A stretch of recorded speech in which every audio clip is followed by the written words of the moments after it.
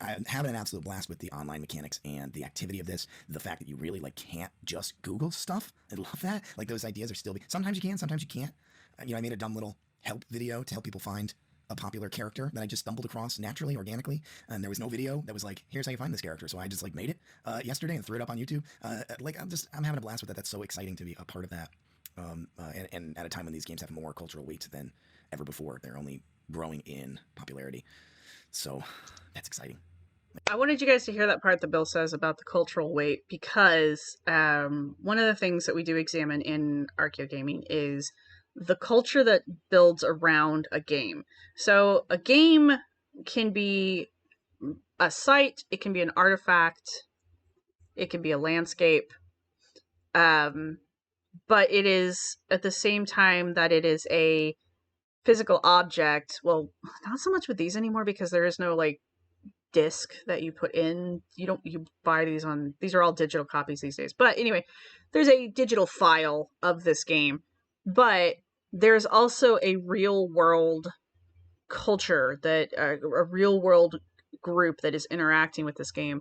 And as Bill says, this group is growing. This game is new, so there's not a lot of material out there. So basically the early adapters, the early players, are the ones who are going to be creating what we would consider an oral history that is going to be passed down to future players who will pick this game up 6 months, a year from now, maybe even next month, who are reliant on basically the knowledge from their digital elders to navigate pieces and parts of the game that they may find difficult.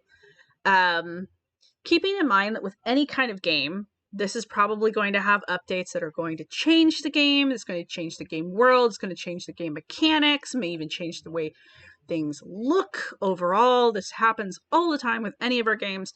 But because of the early adapters, we will have a record of this. Bill mentioned he made a video on how to find an early a character that he just kind of organically stumbled across, but it was helpful, so he posted this video. Well, what he has done now is create a record. So when this game goes through its third upgrade and that particular character is moved or updated or something happens to it, I'm just speculating that this may or may not happen, we can go back to Bill's digital record, look at it, and make a comparison between the original launch and whatever the current upgrade number is. I had a full coherent thought, and then I heard my neighbor, and now I'm just like...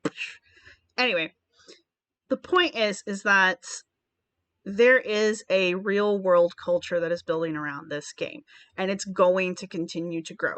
It may not get huge. I don't know. I would think several million people is plenty.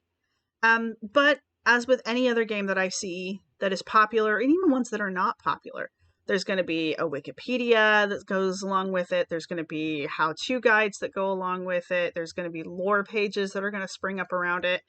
There will be people who will be writing their fanfic about it. I have nothing wrong with it, but the fanfic itself is an extension of the game lore. Even if it's not canon, it is people interacting with the game and the world outside of the game. So all of these interactions that we're discussing are the interactions with an artifact outside of the artifact world.